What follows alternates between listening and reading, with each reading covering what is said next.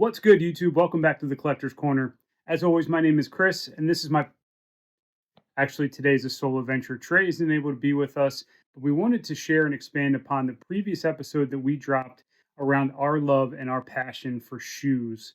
We talk a lot about what we do from a collecting standpoint. We started a new series on shoes, and I wanted to address a couple things. So, first and foremost, Trey and I have mentioned multiple times we are in no way, shape, or form experts in the field of collecting. We're just passionate about it. We've done collecting of sports cards and shoes for years and years, and it's something that we hold near and dear to our hearts. And so we like to share our experiences, our tips, our tricks.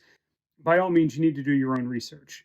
Now, with that being said, in our previous episode, we talked about where our passion and our love for sneakers came. And part of that, we talked about custom sneakers and replica sneakers as being a part of the sneaker culture. Well, I received a few messages from some quote unquote sneaker loyalists Haters, Doug. Haters. who automatically said that they disagreed with our views and that anybody that's buying replica is doing a disservice to the sneaker community, and that if you can't afford the real sneakers, then you shouldn't be buying sneakers at all.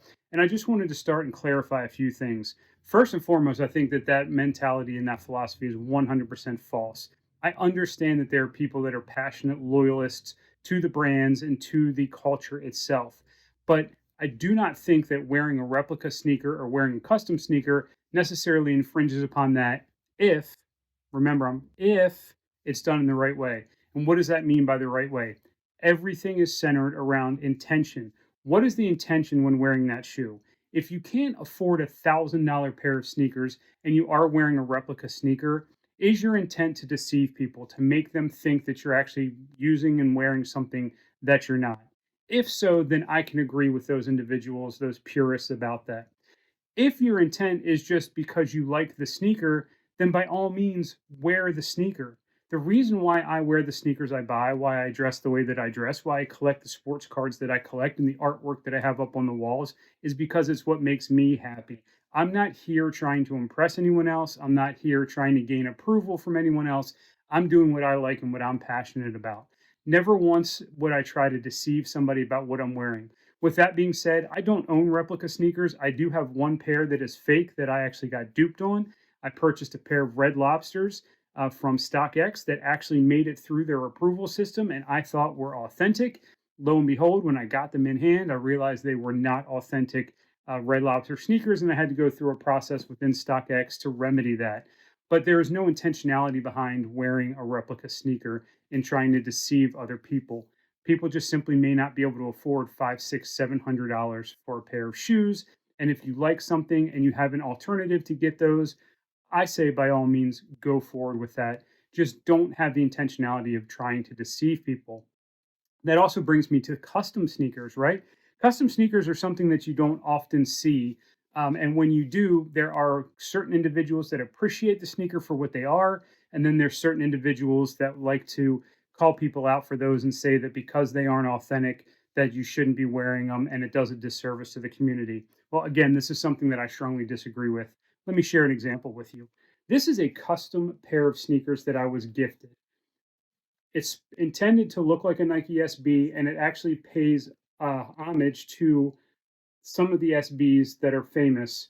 We'll point out a few of those. You've got the Strange Loves here in the pink conditioning here. You've got the Paul Rodriguez throwback here. You've got the Orange Lobster. You've got the Grateful Deads. You can look at the swoosh, which represents the Ben and Jerry's dunks. You've got the Paisley dunks. Now, this was a custom sneaker that was made. It's not produced by Nike. And when I wear these, I do so with pride, and I don't try to deceive anybody that this is an authentic Nike SB. In fact, when people stop me and ask about the shoe because it does draw interest, I like to share with them the fact that it was gifted to me as a custom sneaker, and I will actually call out the artist that did the sneaker so that they can get the recognition for the artwork that they've created. It's something that I think if you do have custom sneakers, it's a great way to show off the artistry of people that can be creative and create these things, and a way for you to express yourself. So again, people may give me some backlash for it, but I say if that's the way that you want to go about it, by all means, wear your custom sneakers. So now that we've got all that off the table, next week we're going to talk about how to obtain some of your sneaker grails. So, episode 1 was all about us explaining why we are passionate about sneakers, why we love sneakers. Next episode is going to be all about how you can obtain some of these grails if it's not something that you're able to get. And so today I just wanted to share a few pairs. We talked about my love for Nike SBs. Although I'm older now, skateboarding is not something that I actively participate in just for fear of hurting myself. I've got 2 daughters and a wife that don't need me to be sidelined with any extensive injuries or broken legs. And so for that reason, skateboarding is not something that I actively do, but the Nike SB line allows me to kind of reflect back on those memories that I have with skateboarding as a youngster and gives me an opportunity to express myself. Again, we talked about shoes are an extension of sort of your personality and a way for you to express yourself. Nike SBs and what draws me to them particularly is the connection with the skateboarding world. But additionally, I love the stories behind the shoes. Each pair of shoes has something unique about them that tells a story. And so I wanted to take a few minutes today just to kind of share some of that info with you and a couple of my favorite pairs. So, first up is going to be a pair of shoes called the City Markets. And what's unique about this pair is it kind of is a reflection and pays homage to the city markets that you'd see, particularly on the West Coast, like out in San Francisco.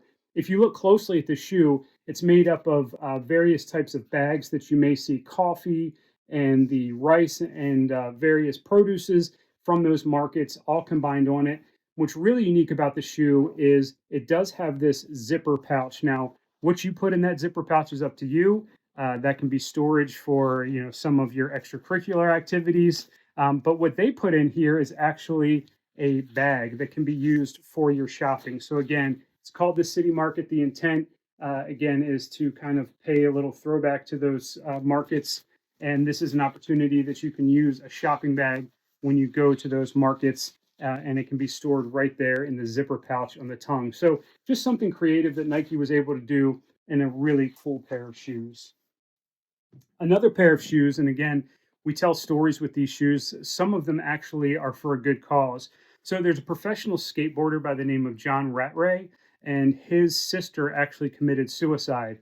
And so he created a collaborative shoe called the Why So Sad shoes. And this shoe is to raise awareness and recognition to those who are suffering with depression, raise awareness around suicide prevention. So it's a really special shoe for him, but just great. One of the things, again, I love about Nikes is the quality on the leather and the suede that's used on them. On the inside of the tongue, it does say "Why so sad?" It has the question mark.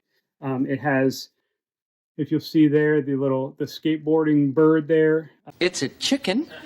As well as on the insole of the shoe as well. But that's the story behind this shoe. And so this is a really important shoe as portions of proceeds went towards the, suicide prevention.